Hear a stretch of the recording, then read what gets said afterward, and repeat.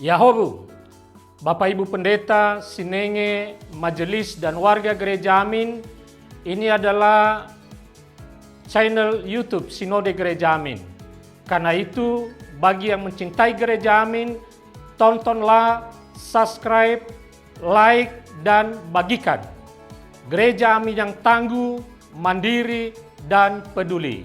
Tuhan Yesus memberkati.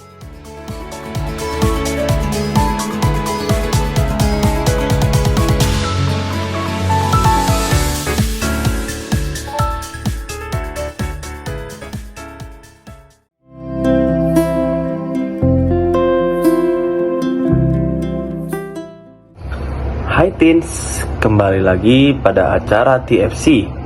Kali ini kita akan menyimak renungan dari Pendeta Agus Gunawan dan Pendeta Florida Rambu Bangironi dalam buku renungan Teens for Christ dengan judul Ikut ala Gen Z, berdasarkan Matius 19 ayat 27-30. Bersama saya, Richard Alexi Tumorang. Mari kita berdoa. Bapa yang Maha Kasih, terima kasih karena Engkau masih memberkati kehidupan kami, Tuhan. Sebentar kami akan mendengarkan firman-Mu, renungan-Mu.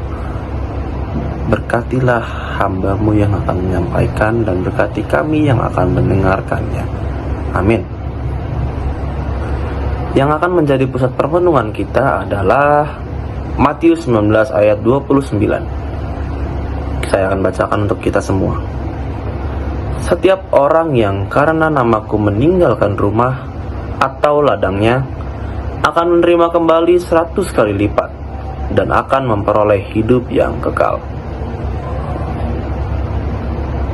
Teens, mari kita mengenal tokoh Eric Liddell. Eric Liddell yang adalah seorang pelari asal Skotlandia yang dikenal takut akan Tuhan.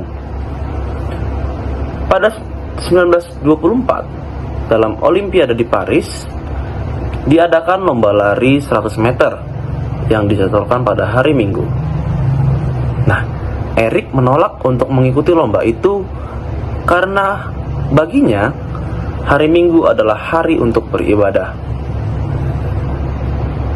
Tapi ketika di hari lain diadakan perlombaan lari 400 meter, Eric memutuskan untuk ikut. Meski itu bukan bidangnya. Hasilnya, Eric menang. Nah, Eric ini menjadi bukti bahwa siapapun yang memilih untuk taat kepada Tuhan tidak akan kehilangan apapun. Tuhan justru memberikan upah yang lebih besar dari yang ia bayangkan.